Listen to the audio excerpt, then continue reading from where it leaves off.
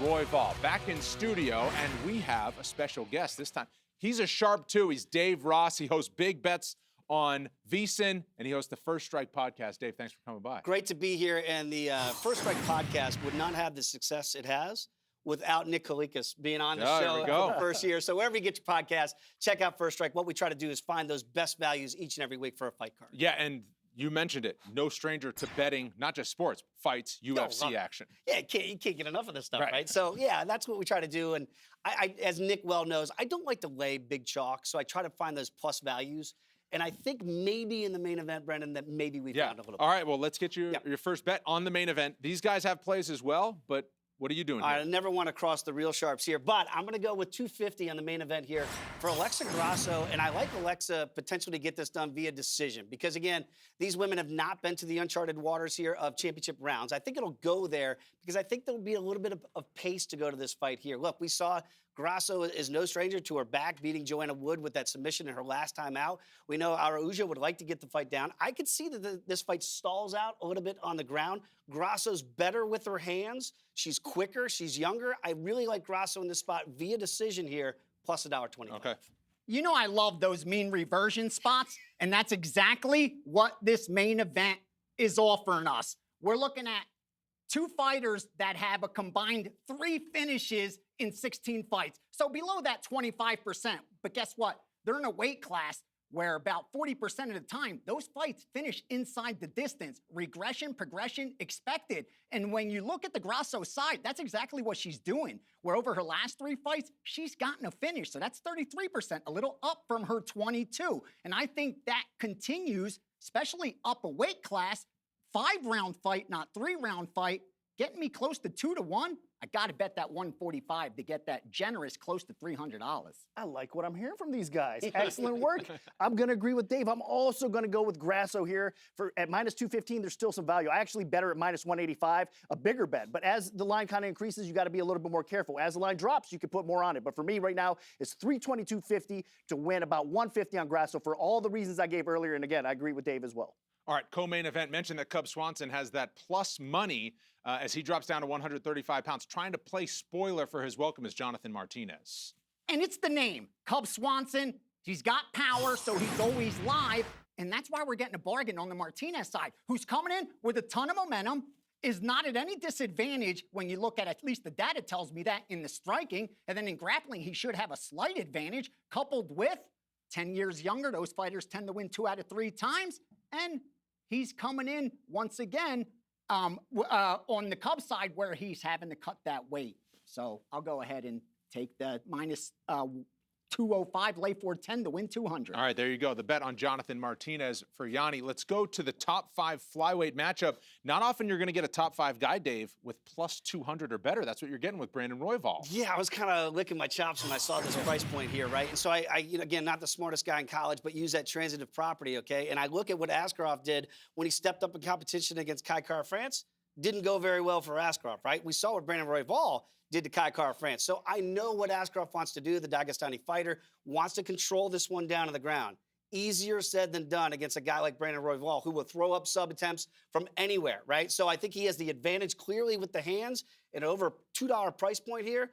Royval, to me, is live. I think he gets this done in very exciting fashion. All right, 250 of the bankroll there on Brandon Royval as the underdog. Main card openers at light heavyweight. Misha Cirkunov taking on Alonzo Menefield. Yanni, you have 2 bets in this matchup. And both are giving me some plus money. First up, Misha Cirkunov.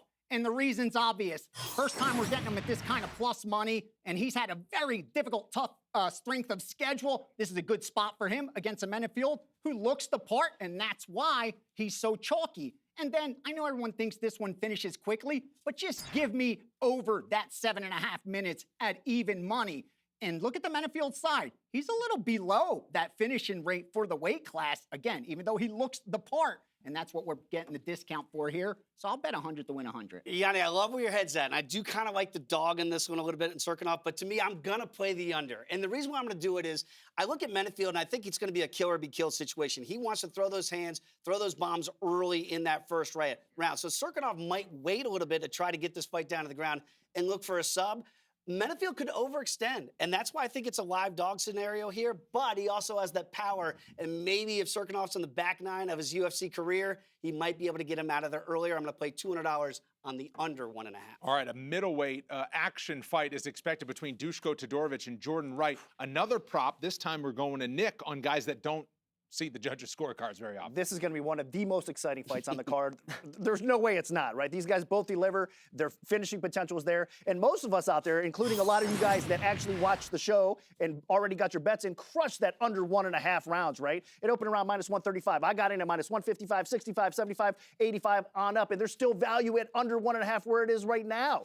But that being said, I found 2.5. There's a lot of alternate totals being used out there, and we can get 2.5 under -400. That's insane. This fight is not going to hit the third round, so we got some cushion there as well. So for me, at -400, I'm going to go $300 to win 75. Tadorevich, Wright does not go the distance, basically under 2.5 rounds. All right, on the side, Jordan Wright is the underdog, better known as the Beverly Hills Ninja. Dave, you like that? Nick's numbers are so good. Yeah. And I missed the best of the numbers in the under because I love the under as well, but I do think that we're live here with the Beverly Hills Ninja.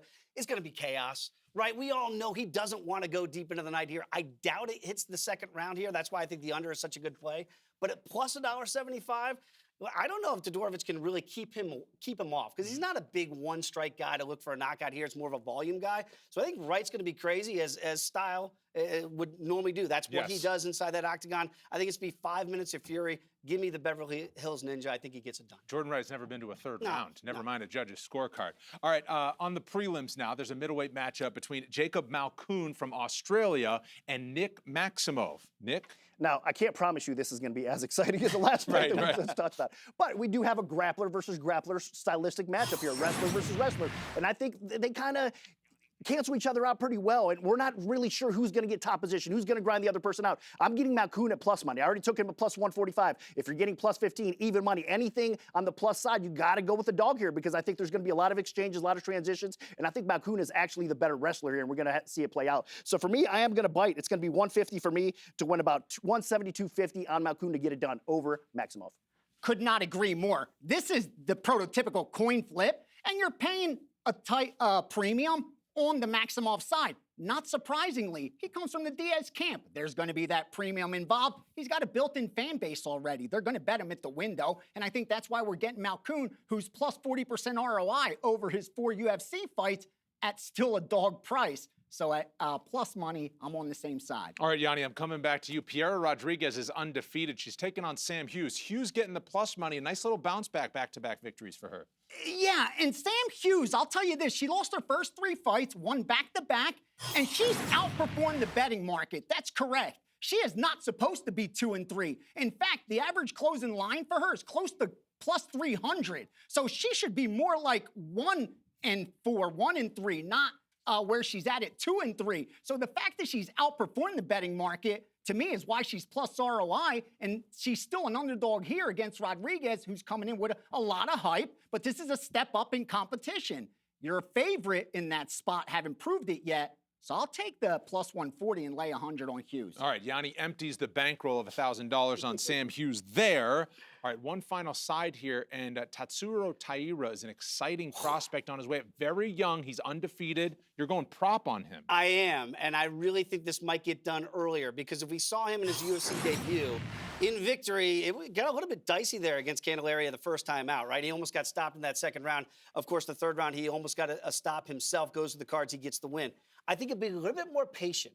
And what I think is going to do to CJ Vergara here is get this fight down to the ground and sink in a submission attempt here, maybe RNC, because this kid can do it so many different ways. So I think at plus 315 for a sub, and he almost got that in his UFC debut.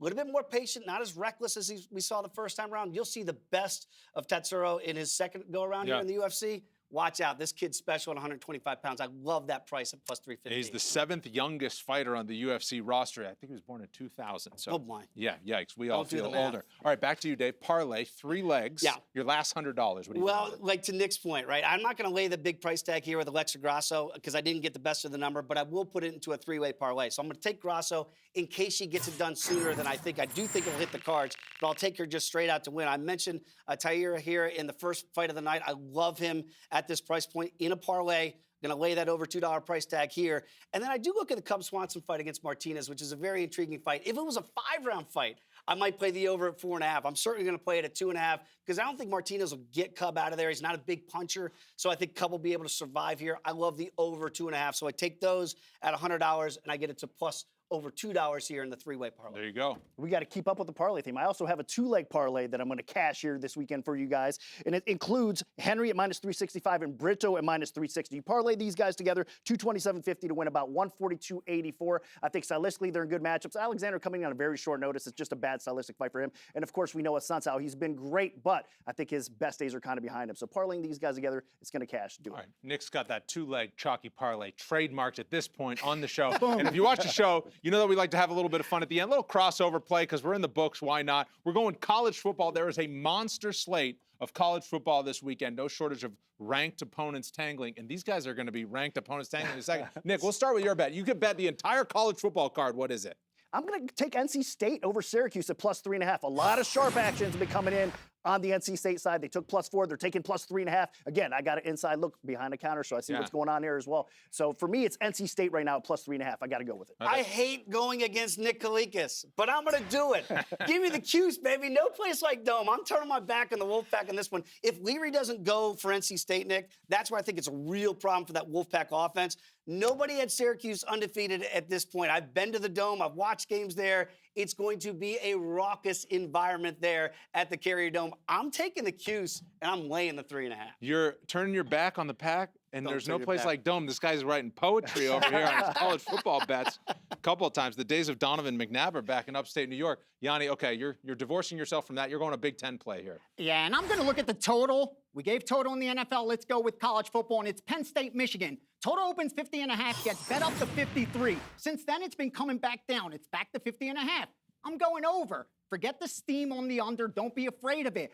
We're in the winter time coming up north in the East Coast. A lot of weather-related moves. Don't let them scare you. The reason for that is this. You look over the last couple games for each of these teams, they've gone under. The series for this two teams the last 2 years has gone under. But styles make fights, and the same thing with other sports, with team sports. The wrestling crosses itself out in MMA. Well, the run game will cross itself out in Michigan. Both teams will be forced to throw the football, and I think both teams will have success throwing the football. That'll get the points over 50. Don't forget to sprinkle a little on that Penn State because I could name 6, 7 teams that are favored over Michigan. Michigan's not the 4th best team in the country. All right. Thanks, Yanni. I like it. Detailed As a Buckeye analysis fan, I there in like a him short saying amount of time, right? It's not the 3 yards in a cloud of dust Big Ten football that our grandfathers knew. Dave, stop in any time when you're driving by on the 215, I will you? appreciate you guys having me. A lot of fun. Great show. Thanks very much. Dave Ross, check out the First Strike podcast at Big Bets on VSiN. Of course, Yanni and Nick, you know, they're here all the time. And we will be back for UFC 280 going down from Abu Dhabi coming up next Monday on UFC Fight Pass. So that'll do it from now. We hope you cash all your bets. Watch the fights on Saturday, ESPN Plus, Alexa Grasso, Viviani Araujo in the main event. For Dave, Yanni, and Nick, I'm Brendan. That'll do it. Thanks for watching UFC On the Line.